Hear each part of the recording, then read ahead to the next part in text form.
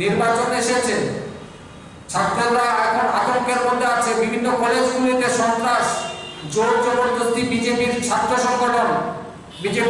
সংগঠন জোর জবরদস্তি ছাত্রদের থেকে চাঁদা আদায় করছে, জোর জবরদস্তি বিভিন্ন কলেজে। আগরতলা শহরের প্রাণকেন্দ্র 2-3টা কলেজ আছে, এমবিবি কলেজ, বিবিএমসি কলেজ, রামঠাকুর কলেজে। ওরা কলেজের মধ্যে ইলেকশন হয়নি, কলেজের মধ্যে সন্ত্রাস, হুমকি। আজকে গণতন্ত্র কোথায়? কোথায় গণতন্ত্র রাজ্যের মধ্যে? আমরা বলছি যে মুখ্যমন্ত্রীকে বলবো যে অবিলম্বে যে মেডিকেল কলেজের ফিসটা বৃদ্ধি করা হয়েছে সেটাকে অবিলম্বে প্রত্যাহার করতে হবে। আমাদের ছাত্রদের সাথে আমরা লড়াই করব, যদি না করেন তাহলে আমরা লড়াই করব। আমরা এর মধ্যে আরেকটা বিষয় হলো যে জিআরপিটির ছাত্রছাত্রীদের এখনো ফল প্রকাশিত হয়নি। এখনো ছাত্রছাত্রীরা বারবার আমাদের সাথে যোগাযোগ করছে, বলছে ছাত্রছাত্রীরা, দাদা সেটা নিয়ে কিছু একটা করেন। আমরা তো প্রত্যেক সময় করছি ছাত্রদের সাথে। আমরা বলবো আপনাদের মাধ্যমে আমাদের বার্তা যে অবিলম্বে জিআরপিটির রেজাল্ট যেন প্রকাশিত করা হয়, আমরা আপনাদের মাধ্যমে সেটা আমরা দাবি জানাচ্ছি। আরেকটা যে আপনারা দেখছেন প্রত্যেকগুলো স্কুলে শিক্ষকের অভাব আছে, শিক্ষক সংকট। স্কুলগুলিতে শিক্ষক নেই বলছে, কলেজের মধ্যে কলেজের অধ্যাপক নেই, সংকট আছে কলেজের মধ্যেও। আমরা বলছি যে এই রাজ্যের মধ্যে 4.5 বছরের উপর একটা সরকার চলছে, জনবিচ্ছিন্ন হয়ে গেছে, ছাত্র বিরোধী কথাবার্তা। শিক্ষামন্ত্রী আপনারা দেখছেন যে এক এক সময় প্রেসে এসে এক এক সময় এক এক ধরনের স্টেটমেন্ট দিচ্ছে, কোনো ভাষা নেই। আজকে যদি বলে এক কথা, বিকালে বলবে আরেক কথা।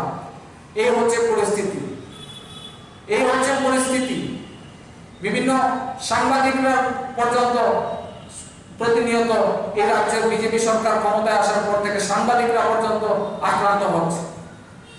সাংবাদিকরা পর্যন্ত জীবনযাপন করতে পারছে না, প্রতিবাদ করতে, মানে যারা প্রত্যেক দিন মানুষের সাথে কথা বলে ওদেরকে পর্যন্ত গলার মধ্যে টুটি রাখে দেওয়া হয়েছে। আজকে প্রতিবাদ করছে, সারা রাজ্যে আক্রান্ত হচ্ছে, সাধারণ মানুষ পর্যন্ত আক্রান্ত হচ্ছে। এই পরিস্থিতি রাজ্যের মধ্যে। যাই হোক, আমি আপনাদের মাধ্যমে সেই বিষয় নিয়ে আমি বলছি, আর বাকিটা আমার কয়েকটি বিষয় নিয়ে আপনাদের ত্রিপুরা প্রদেশ এনএসইউর পক্ষ থেকে আমরা আহ্বান জানানো হয়েছে।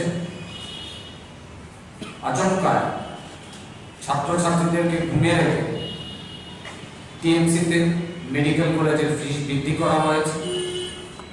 ছাত্রছাত্রীরা আতঙ্কের মধ্যে আছে যে ওরা কিভাবে মেডিকেল পড়বে।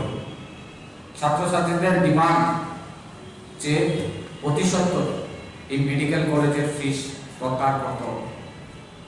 তার মধ্যে আগে ছিল এই সরকার, বিজেপি সরকার ক্ষমতায় আসার পর থেকেই এই নিয়ে 3 বার মেডিকেল কলেজের ফিস বৃদ্ধি করা হয়েছে। মেডিকেল কলেজের ফিস ছিল 2021-22 54 লাখ, এখন সেটাকে বাড়িয়ে প্রায় 68 লাখ সেটাকে করানো হয়েছে। শুধু মেডিকেল কলেজের ফিস নয়, হোস্টেল ফিসও বাড়ানো হয়েছে। সেটা মদতদাতা রাজ্যের মাননীয় মুখ্যমন্ত্রীর নির্দেশে সেই মেডিকেল কলেজের ফিস বৃদ্ধি হয়েছে। আমরা ডিমান্ড করছি, আমরা বলবো ত্রিপুরা প্রদেশ এনএসইউর পক্ষ থেকে এটাকে অবিলম্বে প্রত্যাহার করতে হবে। এই নিয়ে 3 বার বাড়ানো হয়েছে। কার সাথে বাড়ানো হয়েছে, কেন বাড়িয়েছে? আপনারা তো বলেছিলেন ক্ষমতায় আসার সময় ছাত্রছাত্রীদের ফ্রি এডুকেশন দেবে। আপনারা দেখুন কলেজগুলিতে, স্কুলগুলিতে শিক্ষকের সংকট। সারা রাজ্যের ছাত্রছাত্রীরা আজকে শিক্ষক নেই, প্রতিবাদ করছে। সঙ্গে আমরা ত্রিপুরা প্রদেশ এনএসইউর ছাত্র সংগঠন সারা রাজ্যে ছাত্রদের সাথে লড়াই করছে। তাদের উপর, আমাদের নেতা কর্মীদের উপর পর্যন্ত আক্রমণ, সন্ত্রাস, বাইক বাহিনী দিয়ে আক্রমণ করছে। আজকে রাজ্যের পরিস্থিতি কোথায়? ছাত্ররা প্রতিবাদ করলে আক্রমণ হচ্ছে। প্রতিবাদ করা যাবে না, কথা বলা যাবে না। আজকে আমরা কোন রাজত্বে বাস করছি? যা ইচ্ছা তাই শুরু করেছে। মেডিকেল কলেজের ফিস বৃদ্ধি হয়েছে, আপনাদের মাধ্যমে আমাদের বার্তা অবিলম্বে সেটা প্রত্যাহার করে নিতে হবে। যদি না করে আমাদের আন্দোলন গণতান্ত্রিকভাবে যা যা করার আমরা সিদ্ধান্ত মোতাবেক আমরা সেটা করব রাজ্যের ছাত্রদের জন্য।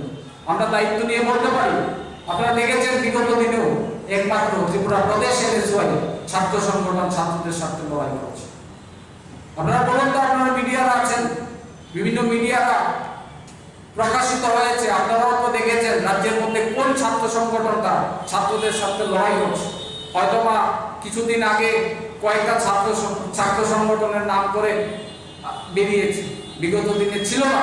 একমাত্র ত্রিপুরা প্রদেশ এনএসওয়াই ছাত্রদের সাথে, সেটা আগরতলা হোক, সেটা ধর্মনগর হোক, সেটা সাবরুম হোক, আর সেটা সোনাপুরায় হোক, সেটা কৈলাসহর, সেটা ধর্মনগর হোক, সারা রাজ্যের ছাত্রদের সাথে একমাত্র ত্রিপুরা প্রদেশ এনএসওয়াই ছাত্রদের সাথে লড়াই করে প্রতিবাদ করে ছাত্রদের সাথে সমস্যা সমাধানের কথা তুলে ধরে আপনাদের